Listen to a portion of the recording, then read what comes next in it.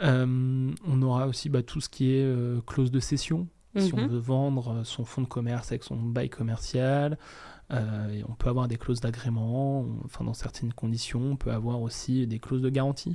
Ça c'est important de regarder parce que ça peut, si on ne le fait pas, rendre inopposable la vente par exemple de son bail au bailleur et donc on peut continuer à être tenu, donc ça peut poser vraiment des difficultés.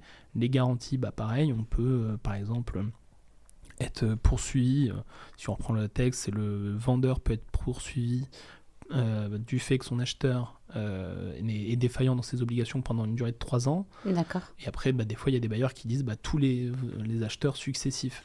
Et donc ça, il faut essayer de le faire Ah oui, sauter parce que nous, en tant que tu vendeur, on a récupères. choisi notre acheteur. Ouais. Mais si l'acheteur, on va dire revend, derrière, on a un vrai sujet parce que nous, on l'a pas choisi en tant que vendeur.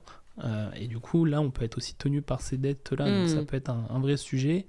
Et après, il y a toutes des clauses aussi on va dire de garantie ou si on a malheureusement une procédure collective qui s'ouvre, le dépôt de garantie typiquement sera acquis, il faudra le reconstituer, ça peut être compliqué en procédure collective, donc c'est des clauses auxquelles on fait attention vraiment là-dessus.